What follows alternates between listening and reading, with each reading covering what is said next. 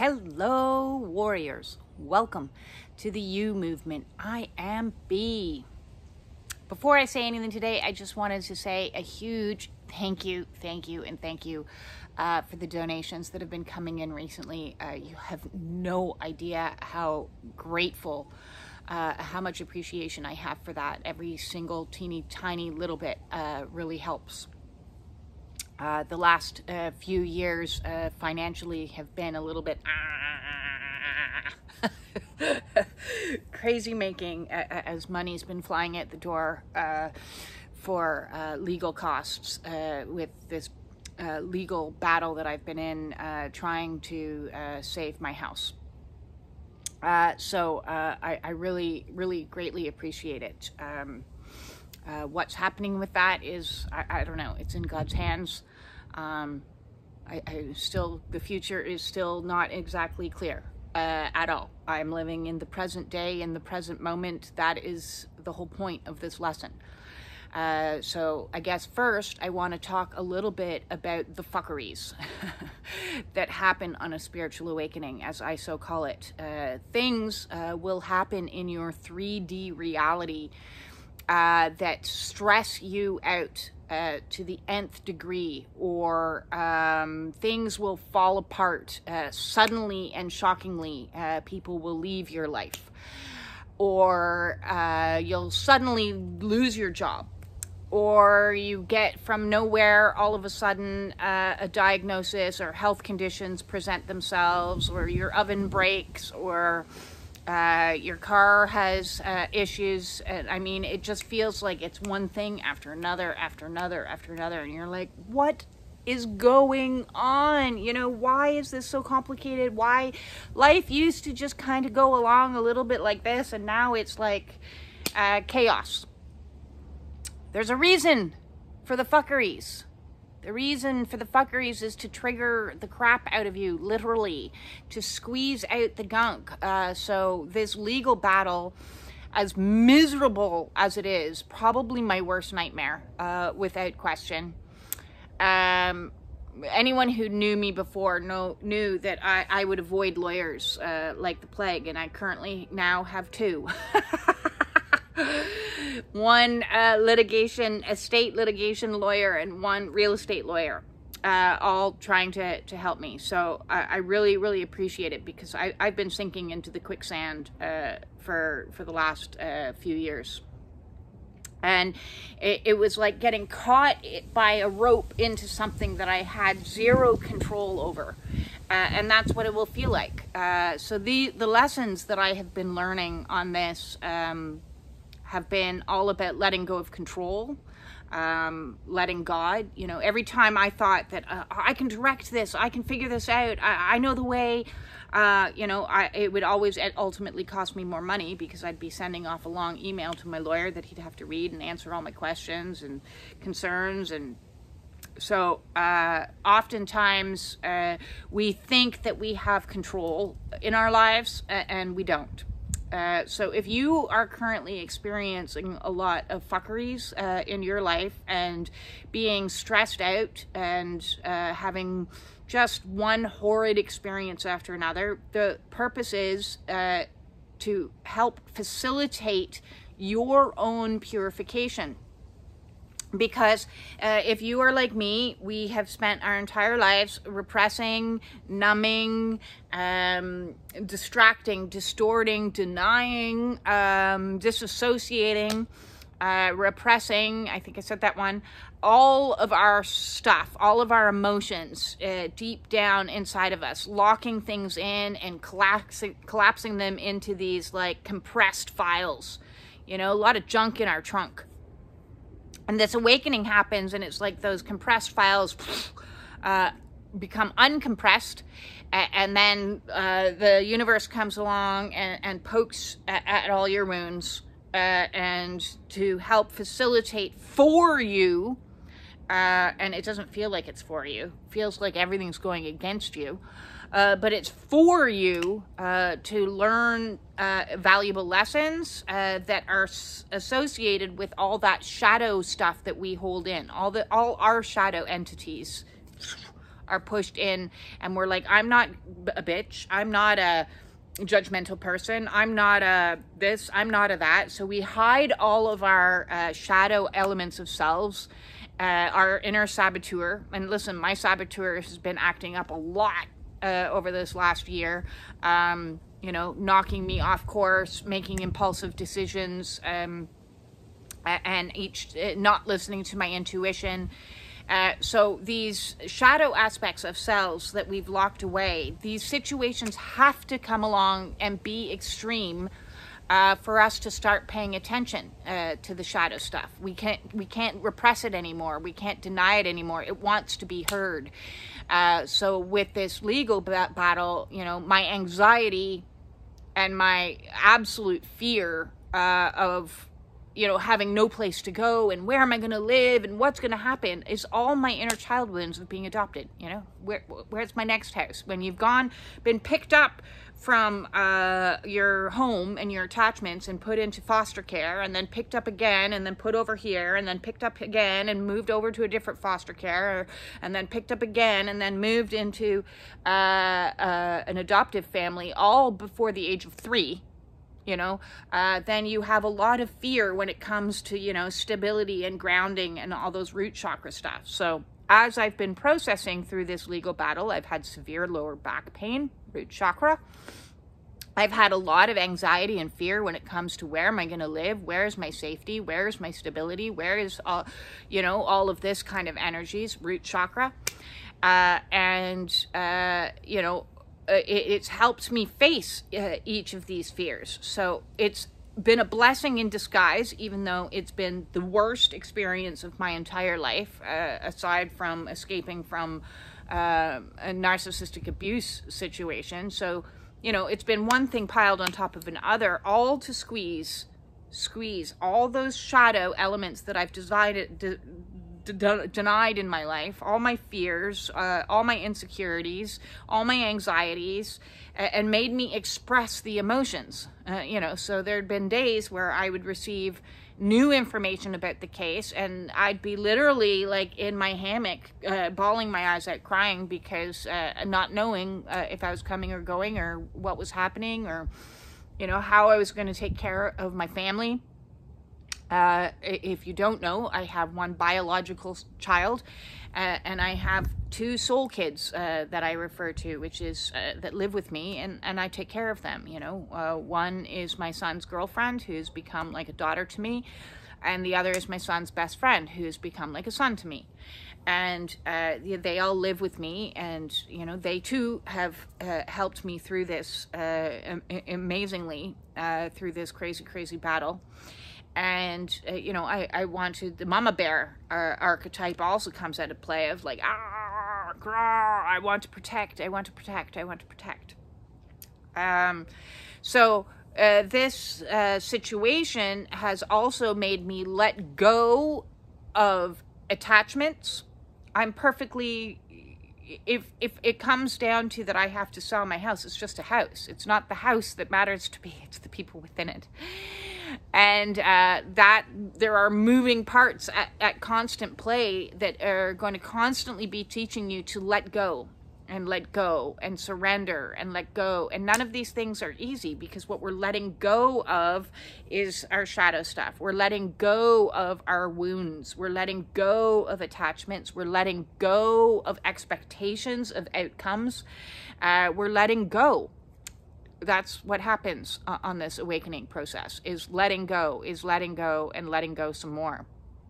People, places, situations, things, all of those might be ripped from your hands so that you can efface where you hold on to things. And one of the things that I've held on to, and I've talked about in recent videos, is people and attachments to people.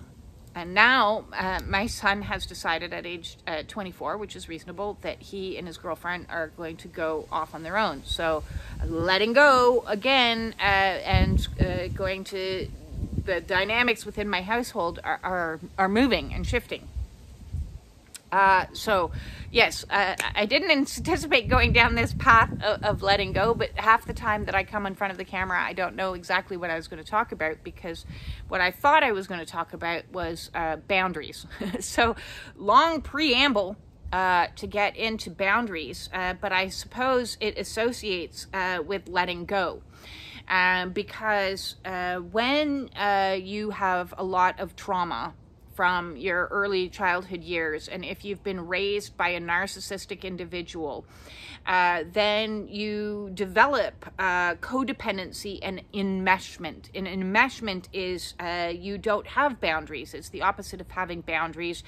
You become co-bonded in a trauma bond into somebody where letting go is near impossible. You become dependent upon them to provide you with certain needs. So it's negotiations of needs being exchanged, as opposed to being an independent person and another independent person, and coming together and like being in balance with each other, each in your own bubble, right? So as a child, if you've been enmeshed with a parent, you're not like this. You're interwoven with them, and it is difficult to let go if you're gripped in to each other, as opposed to, well, now it's easy to let go because I'm my own person. But if you're in this situation with somebody, letting go can be exceptionally difficult.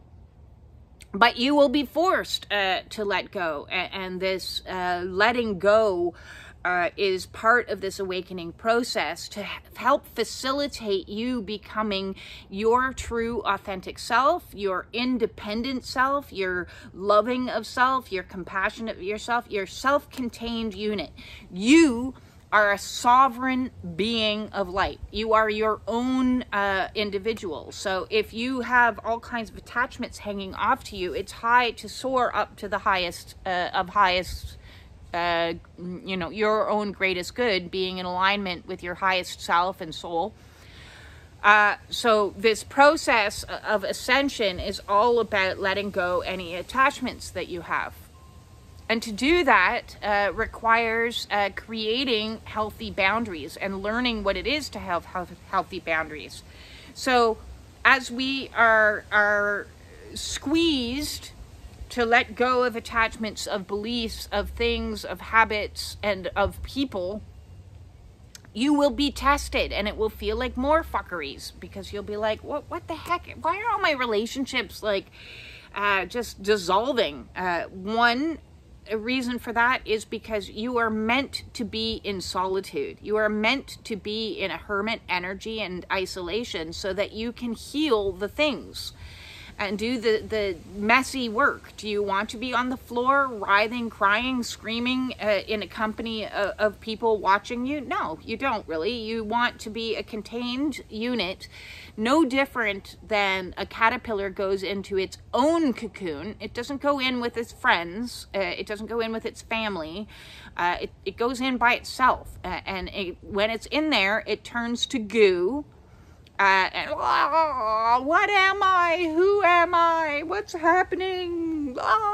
Total goo, so that it can transform, alchemize, release any old identity that it once had of being a caterpillar and move itself into the butterfly that it's meant to be, so it can ascend, right? So awakening is the exact same thing. We have to be in that cocoon space alone, on your own.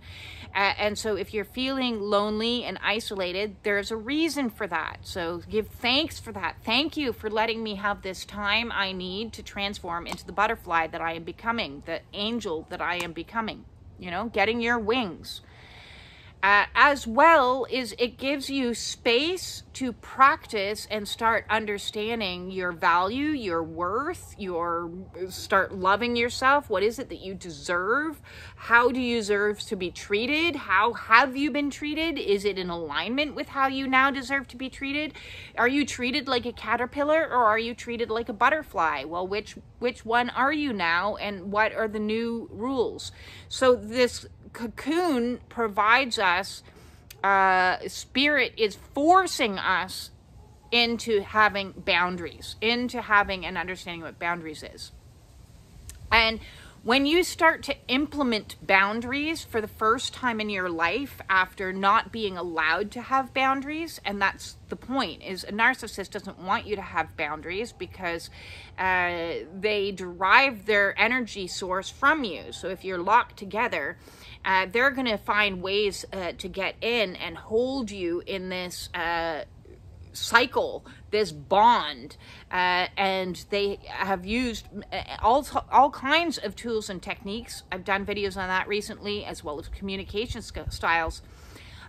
They're experts at infiltrating your own personal boundary, and you might find yourself sitting in the energy of, you know, why when I'm with this person do I always just tell them everything?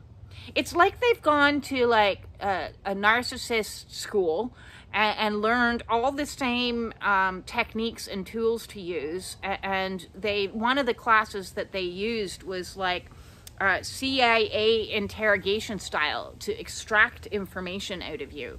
And so if you are feeling like you don't have any boundaries and no sense of privacy and no sense of self, when you're around somebody who just demands certain information from you, like it's their right, then that's a surefire red light signal that there is something amiss.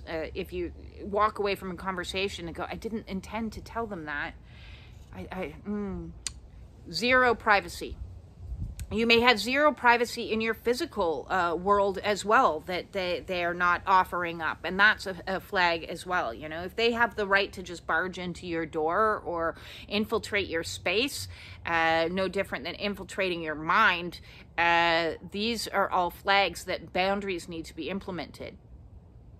And when we start to learn what a boundary is and that we, A, have the right to say no, in any given moment, in any situation, no, I don't feel like going and taking you to the store right now. I'm tired. I want to do my own thing. No, I don't feel like sharing this information with you right now. No, I'm not able to hold space for you right now. No. Learning how to say no and learning how to erect boundaries is going to come with, first, a little bit of kickback, because when you start implementing boundaries that weren't there before, people are going to be pissed off with you. And then they're going to try some manipulation so that they can get back within. So your first response to a healthy boundary is likely to feel uncomfortable and like, did I do something wrong? Should I have done that? Maybe I should have. Second guessing yourself and spinning around is a normal reaction. As I said in yesterday's video, you might feel very icky trying to implement boundaries. But listen, we need boundaries. We absolutely need them. It is not only for the betterment of you, it's for the betterment of the relationship. Because when you can say to somebody, no, that's not in alignment with who I am at this present moment in time, I'm not available in that way, then you're showing up in authenticity and you're showing up with integrity and you're showing up with truth. How they choose to respond to your boundaries is a them problem, okay? It's not a you problem. If you're thinking their emotions and their feelings are your responsibility, that's another flag that you've been in an enmeshed situation. All you can do is show up and provide the information to the other person, and how they choose to respond is up to them. It is their responsibility. The indoctrination that you are responsible for anybody else in this world is needing to come to a collapse, because responsibility starts with being responsible to self, no different than self-love and self-care. You know, taking care of one's own energetics means that you're not putting yourself in harm's way. You're not negating self. You're not in a people-pleasing. You're not swooping in with your cape on thinking that you need to save them or sacrifice yourself. We're not putting ourselves on the cross and saying, okay, I'll sacrifice my needs for your needs. No, we're not doing any of those energies anymore. We're moving into the age of Aquarius, which means we're going to be standing in authenticity, truth, wholeness. And so if somebody else responds in a negative way and their shadow elements start to come to play of like, why can't I take advantage of you anymore? Why can't I be on the take from you anymore? You're, you know, then leave them a wide berth so that they can sit in their own shadow. That's the kindest thing that you can do for them. It is far kinder for you to let them sit in their shadow and face their own stuff, no different than you've had to do, than it is to swoop in and save them. Because when you swoop in and save them, you are enabling negative and toxic connections. You are enabling the behaviors to continue because you're not calling it out. So calling it out, it is a green light. Standing up for self is a green light. Being in your truth is a green light. If you don't feel like doing something, don't do it. Just don't do it. If you don't feel like being in something anymore and you want a break from it, then take a break from it. If you feel like you need to cut cords and cut cycles of enmeshed energies of toxic behaviors and toxic thinkings and manipulative actions and any of the tools and techniques that I mentioned in that other video, then give yourself the space to sit in how you feel. How do boundaries feel for me? Oh, give yourself more time and more care and more energy as you learn to implement boundaries. Because it's through the implementation of boundaries that we are breaking the toxic connections. We are breaking free of all of the paradigms that have held us enslaved through mental manipulation, through gaslighting, through all kinds of things, not just on a relationship level, but on a societal level. When you say, no, I'm not tolerating this anymore, what you're saying is, I am a sovereign being. I am a powerful, independent, sovereign being. My time, my energy, my worth, my value, my love, my compassion are all exceptionally valuable. I am valuable. And so when I start treating myself with respect and start treating myself with honor and start treating myself with truth and integrity, then I can show up in the world with those energies, and it's not a hurtful act to give a boundary. It's an act of kindness to say, this is a no for me. I'm out. I'm out. Then let them do their own healing work and let them sit in their own shadow, and maybe at some point in the future things will be different. But you have every right to protect yourself. This awakening journey is very difficult. We are forced to let go of things. We are forced to be squeezed and process through stuff. As I said, there's a lot of fuckeries that are at play as everything begins to kind of crumble around you in your 3D realm. And all of that is for our greatest good. It is for us. It's to learn to break codependency. It is for us to learn to break trauma bonds. It is for us to learn to stand in our truth and our own personal power.